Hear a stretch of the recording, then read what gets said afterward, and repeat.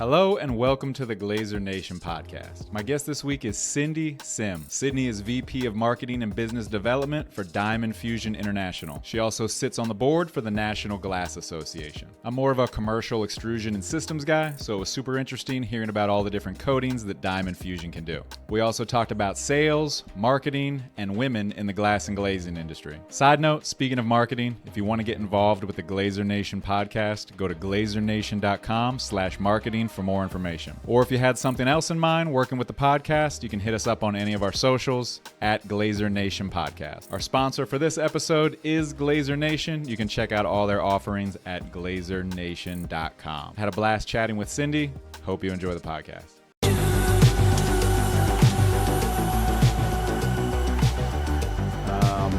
Did you go to Glassville?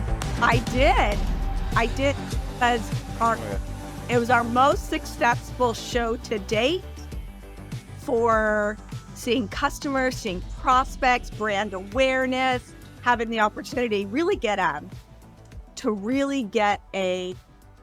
understanding of what's going on in the industry. I've been talking all about kind of the economic forecast, so that's been the hot topic in our office lately. Okay. What is the economic forecast? Well, so we have many different thoughts. I'm taking it from the presentation at Glass Build, from Connor's presentation about a potential recession in 2024. However, the positive on that is the residential had, a tough time, this past year, maybe call it in Q2, Q3, now Q4. However, there is some positivity coming in for 2024 for residential. And then just what happened this week, hopefully looking at the Feds to possibly look at interest rates going into maybe Q1, Q2 of next year, I'm hoping for. And I'm a huge believer, John, and this is the time to market, to be top of mind, to make sure that your customers and prospects absolutely know you are still engaged. This is the time actually to spend on marketing and brand awareness, especially for the glass industry. This is the time to prepare for 2024. You're in California, right? I am. And do you see signs of that? Any recession signs? Well, we still have, at least in Southern California, a tremendous amount of new home construction. I have been seeing that for many, many years. I'm also starting to see the remodeling, a little bit of that uptick. Again, I think that it was tough in the summer, and I'm anticipating that it's going to have a rebound, hopefully in, let's call it Q1, Q2 of next year. Again, Southern California speaking, tremendous amount of new home construction. Haven't seen a lot of commercial build, though, to be honest with you. So, yeah, that's why I was asking, because I keep hearing recession or possible recession, and where I am, Florida, you don't see it. It's everywhere you look. They're just continuing to clear land. They're continuing to build your large multi-family residential buildings, your large single-family residential plots, retail, hospitals. I don't see it yet, but I guess at some point supply has to catch up with demand, kind of thing. So, hey, so Syndi, we didn't bring you on here to talk about recession and economic forecast, but that sounded interesting. So we brought you on here to discuss your company, Diamon Fusion. Give us the 1,000-foot bird's eye view. What is Diamon Fusion? Thank you. First of all, thank you very much for having me. Diamon Fusion International, we are a developer of a hydrophobic protective coating that is used worldwide. We are a distributor, and we distribute from Irvine, California for the past 25 years. We also sell our Fuse Cube Express and our Fuse Cube, which is the automated coating machine. So in a nutshell, that's what we do. Okay, but bookmark real quick. Hydrophobic, was that the word? Yeah, so hydrophobic. So there's different types of coatings on the market. There's a hydrophobic coating, which is an easy to clean, low maintenance, water repellent coating. And then there's also hydrophilic. There is, if you're going to look at them side by side, you put water beads or water droplets on a piece of glass. The water is going to bead up, whereas a hydrophilic, the water lies flat. So hydrophobic, again, is water-fearing. Hydrophobic is water-loving. And people really, the consumers really love to see the beads of water on the glass. So we're a hydrophobic protective coating. Yeah, that's what I was going to ask. That the name, the coating is afraid of water. That's right. That's right. Was that a scientific branding or was that a marketing branding? Well, I mean, protective coatings, they're either generally a hydrophobic or a hydrophilic. Yeah. So there's really two groups, and there's both in the industry. So there's going to be multiple times through this conversation where I have an ignorant question about coatings because my knowledge of coatings is very surface level, pun not intended. Diamond Fusion, how long have you been with Diamond Fusion? I actually just had my 10-year anniversary this past year. Started in November of 2013. And you were telling me before we hit recording that you've pioneered some pretty extreme changes, maybe in the processes and culture over the last 3 to 5. Give us a couple examples of what you've done there. Yes, thank you. We have, so again, I've been with the company 10 years. We have learned a lot. We have implemented a lot. And from those changes, we've seen tremendous success. And we are incredibly fortunate to have had that success, but we also learned from our failures. And what we have done, I think, is critically important and critically different from what the typical coating supplier does. So essentially how we, DFI, Diamond Fusion International, how we differentiate ourselves is we actually are selling a whole program. What I learned about 5 years ago is people were just selling coatings.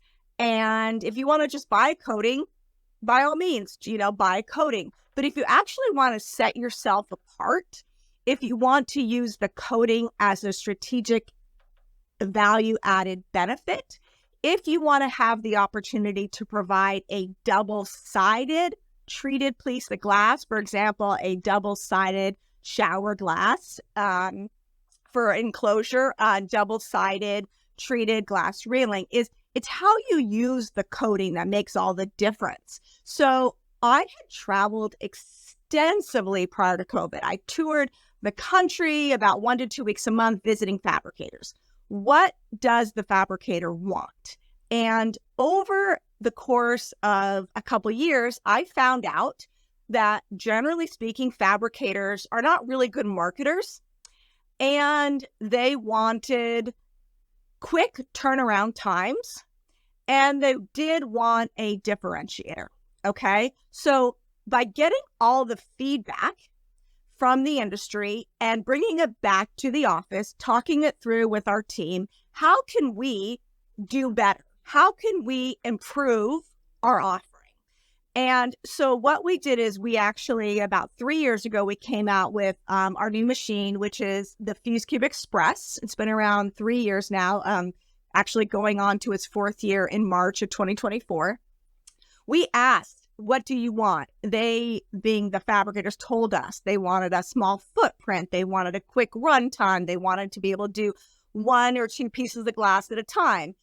Then they also wanted a tremendous amount of support. And that's where we really differentiate ourselves. So over time, implementing a new machine, that exactly what the industry asked for.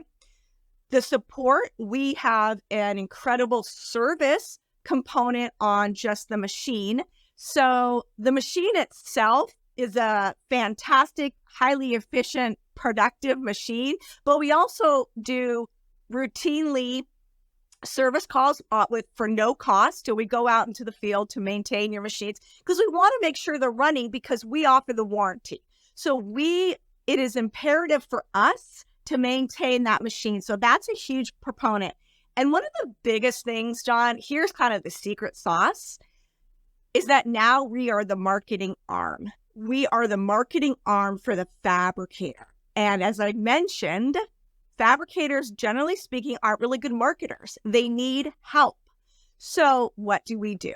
And again, this is the key, how we've really been able to rise up in the past 3 to 5 years is by offering a tremendous amount of support for marketing, such as we develop all the email campaigns branded just for the company. I go out in the field on retail ride-alongs as the manufacturer's rep. We do social media. I place ads in Glass Magazine and US Glass Magazine and Glass on Web. It is imperative that we handhold the customer, and that's kind of what truly has separated us. Let me try to break that down a little. Your customer is the glass fabricator. Correct. And their customer is either a glazing contractor or a homeowner, whoever's getting the glass, right? Glass shops. Yep. Okay. So when you say that they aren't doing a good job of marketing, or maybe they're not marketing enough, that would be marketing to that glass shop. Why use this fabricator, right? That's absolutely correct. When you take that, you're marketing your coating, or you're marketing the fabricator, or both? Both. So what we do is we are marketing the fabricator to the surrounding glass shops. We are marketing that the fabricator is now offering Diamond Fusion machine applied double-sided coating, and so we are doing everything they need to do to get that new offering out. So a couple of things, John.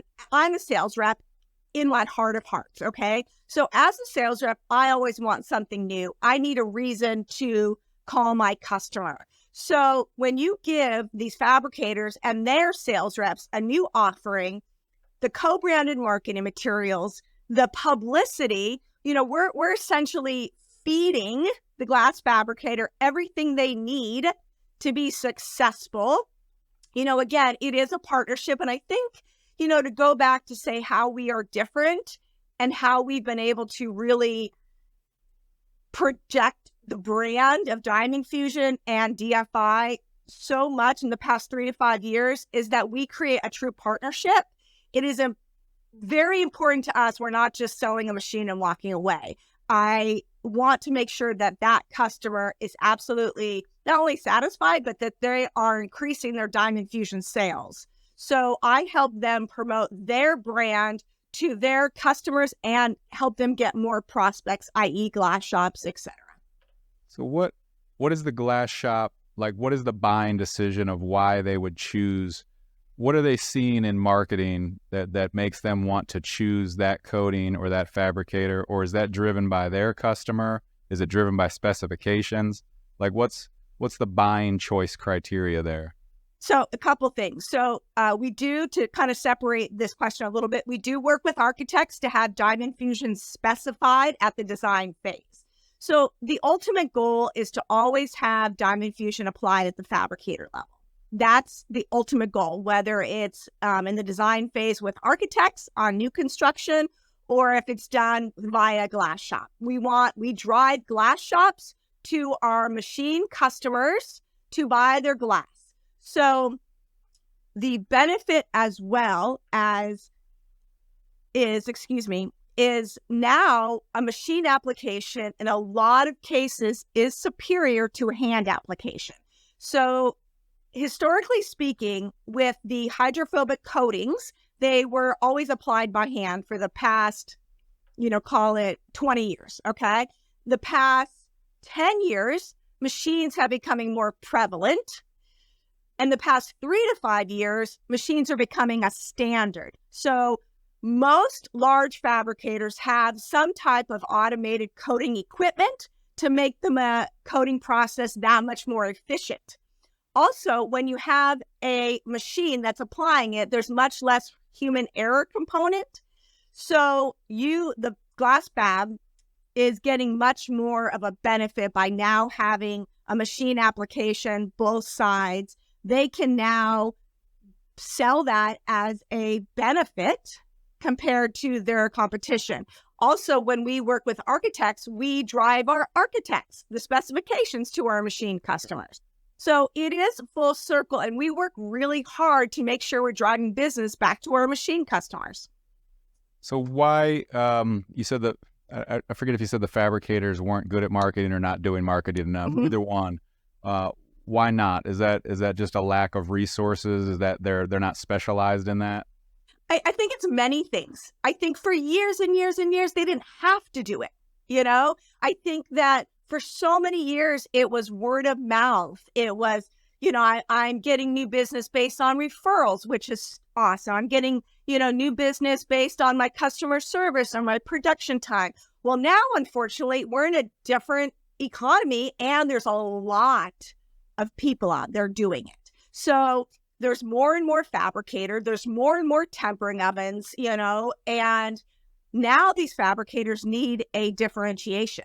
Okay. So how do they now compete? And I think the marketing just wasn't needed per se. Well, you have probably seen by virtue of this podcast that the glass industry and the whole AEC industry as a whole has really shifted to digital, to social media, to podcasting. So a lot of these companies are just trying to now get involved more. So then we come, riding up and we say, we're going to handhold you through this entire process. And it's almost like I'm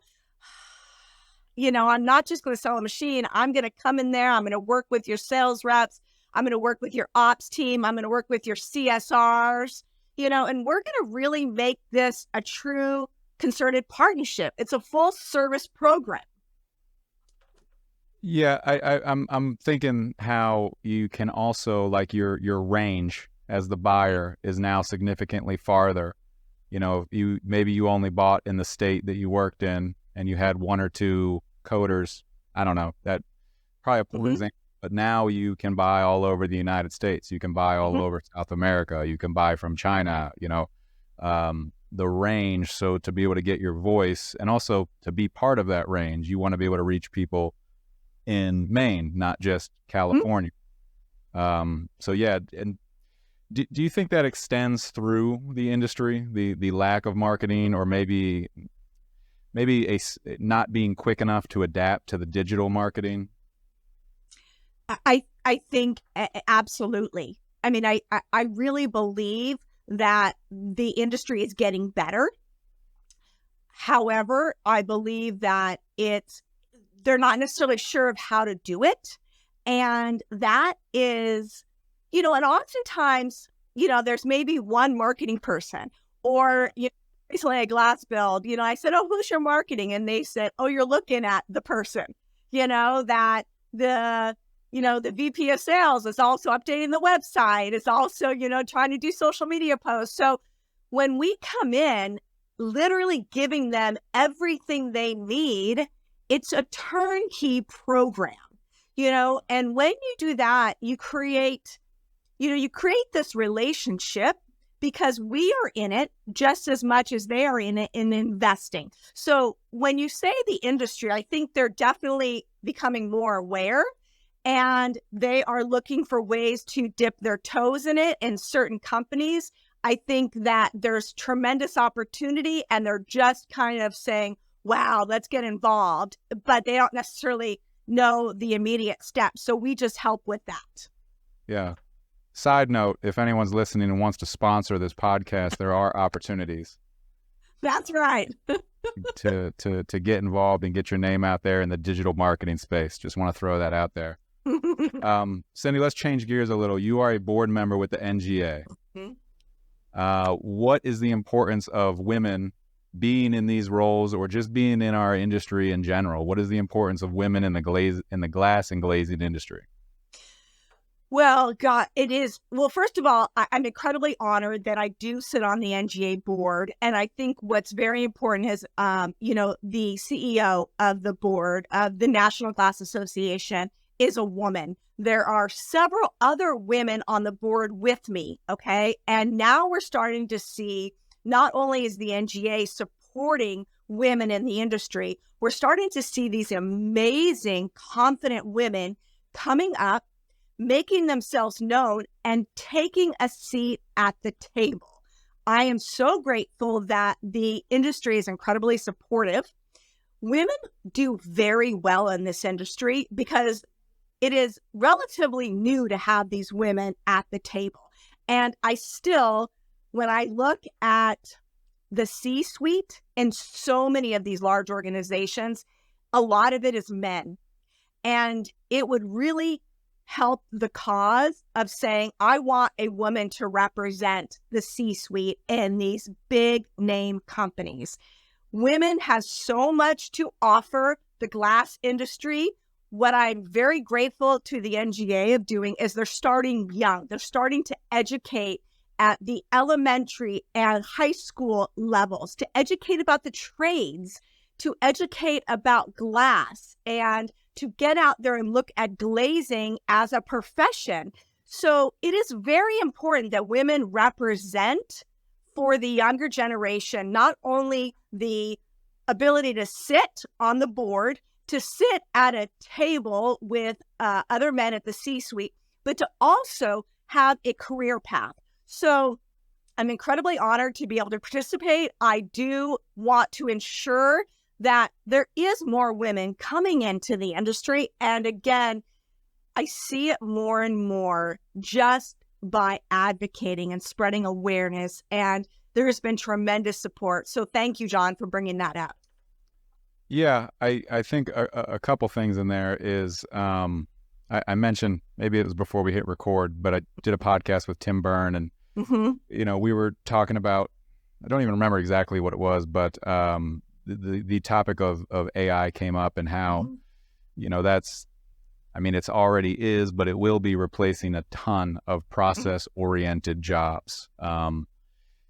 And not only women, but young people. You mentioned young people being able to look at alternate industries that maybe they didn't consider, that may not get replaced as quickly, right? I think a lot of people thought maybe AI would start with construction type processes, but I think it's quite the opposite. I think that's one of the last ones that will get replaced or get automated, or whatever level of the automation, right? Is it 30%? Is it 40%? Do we work with the robots? Do we become the robot slaves? Like, that's all up in the air. But I think young people to look at the construction industry, and then the portion of women there, like historically, you'd probably say that construction has been a men's industry. So that might not register for young women, but the more they see successful women in the industry, like yourself or whomever, it makes it more viable. And then kind of tie that in with the marketing and the digital marketing. The more people that participate in that and can help advocate that way and showcase that's what the young people are seeing, right? Absolutely. So, yeah, I'm on board with all of that. How can we get more young women involved? Well, again, I think the NGA does a great job. They do, several times a year, they go out to the schools. I know the individual states do a lot, which is, specific companies and individual states do get involved with the trades at a young level. And I think that's very important. My mission really is, me particular, is to create awareness for women, even the current women in the industry, that there's so much opportunity. You are confident in yourselves to ask, to sit up, ask for a seat at the table, ask for what you want, see how these women in the industry, there's so many phenomenal women that, are on social media, that are in the publications, that sit on the board with myself, that represent, at the top levels. I want the next generation to see that. And I want the women to come out and start, again, speaking up for themselves and see there's opportunity. Please reach out to me to do whatever I can to help them, because all it takes is one woman standing up for another woman and guiding them, showing them the opportunities for success. Yeah, so maybe I made it make a clip out of this or something, and it ends up on someone's feed, and they have no Mhm. clue what the glazing industry is. What type of opportunities are there for women in the glazing industry? Well, my heart and soul really understands more of fabrication because that's really who I work with. And I think that have a woman start in the manufacturing plant, have a woman come in and see the opportunities in the manufacturing plant. I'm incredibly impressed. One of our customers on the East Coast, a shower door manufacturer, has a woman as the plant manager. She oversees the entire shower door manufacturing plant. I mean, I am so impressed. So there is so much opportunity just within the plant floor. Have the women come in and see, and you can start at, one position within the plant floor and move your way up. There is, to mention other plants that I go to, other fabrication, I do see women there, but not enough, and there is in the fabrication, I would believe that there's a tremendous amount of job security, especially processing glass, and there's good opportunity. And right now, more than ever, I think there's phenomenal opportunity for women at the plant level. And then obviously there is a lot of opportunity within the more, what do you call it, not necessarily administrative, but, in the sales role and the marketing role and accounting and operations, but I think that, the glass and fabrication and glazing, get them into a plant. I think there's so much to learn. Yeah, I mean, I'd probably go even broader. Talking about opportunities, I've been to a lot of job sites lately, more than I'd like to be honest. And I've noticed a significant amount more women on job sites than 20 years ago when I worked on a job site every day. Like, I don't think I saw a woman once 20 years ago, ever. And now I see a lot more. And again, that's another thing that is going to be pretty automation proof for a while. And then on the flip side of that, like, maybe a stereotypical reason of why men have done that more is picking up a 400-pound window is hard. And it's also not smart. So the props to women for not doing that maybe as much, but now you've got tools. That's right. You've got machines, where we're going to be working hand in hand with the robot that can lift this. And they're still going to need operators for these machines, and they're still going to need project managers. So yeah, I think there's a ton of opportunity. And kind of as I'm talking through it with you, it's, you want to go to school and spend $200,000 to become a lawyer. Well, ChatGPT just passed the bar, right? So like, Right. Is that a good investment? I mean, are we just going to go to ChatGPT for all of our legal battles? Like, I don't know. ChatGPT can't install a 400-pound window yet. So, speaking of automation, though, I want to hop back to your machine a little. You had a fancy name for it. The Fuse Cube Express. Fuse Cube. Is it shaped like a cube? Well, it is actually. And so how it really came about was the Fuse Cube was the first model, and it's the very large chamber model. It houses anywhere from 50 to 75 to 100, shower doors. But when we went out to the industry and said, what do you want? They said a much smaller footprint. So now we're calling it the Express. And, we're very, very lucky. It is flying off the shelves. We can't keep them in stock because it fits what the fabricator is looking for. And so because it fits so well, it really is a no-brainer for a lot of these fabricators. Keeping with the theme of automation, does it, for lack of a better term, does it kind of replace a human in certain processes? Absolutely. I mean, it replaces the human application of the coating. So notoriously, it was a hand-applied coating. So think of it as you're spraying, let's say Windex. So you're talking labor, and if you coat one side or if you flip it over and then treat the other side. So that labor component is now, and I think more importantly, not only is it reducing labor, but it's reducing the possible human error component. So it is accomplishing, and quite frankly, in a lot of cases, it's less expensive than the hand application. So you're looking at your chemical costs obviously decreasing, So, there's a lot of benefits. I mean, automation is the way, hands down, period, end of story, for so many reasons. Yeah. And, as some of my customers have said about CNC machines, like it doesn't call in sick. Yeah.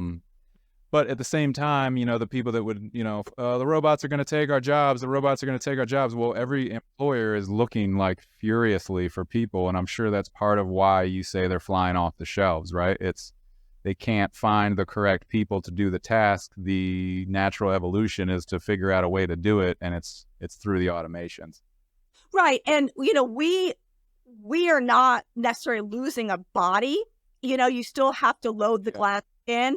But during that time, the employee can do something else. During that 10-minute run cycle, the employee can do something else in the plant. So now you're not spending hours having employees treat glass by hand. Now you're spending minutes and having them load glass in and out. So there's still a labor component, but it's significantly decreased. Yeah, we did a podcast maybe a month ago now with Conley Oster, co-founder of Raise Robotics, and it's a machine that works alongside the glazers. It's a job that none of the glazers love doing, right? It's a process type job, and they're able to use that to help them do that, and maybe they can multitask while they do it. So maybe where you needed 6 glazers, now you need 3 and the machine. And then maybe people would say, well, what happened to those 3 people what happened to their jobs? And I think most employers would argue like they just don't have them anymore. They're down to 3 people, and they need to supplement that. So I get that with your machine, and that's all part of the deal. A fabricator wants to hook up with Diamon Fusion. They get the marketing, they get the machine, they get the coding, and they're off to the races. That's right. Anything you want to add, or did we cover it all? We covered it all. They get all of us, they get the team. And I think that what we've been so fortunate to have is an amazing team here at DFI. It is our team. I always say every single person at DFI contributes to each customer. So you get the DFI team, which is phenomenal. Anything you want to plug? Any shows, conventions y'all are going to be at anytime soon? Nope, nothing I want to plug off the top of my head except to say have a wonderful holiday and be safe and enjoy the rest of the year, and Happy New Year.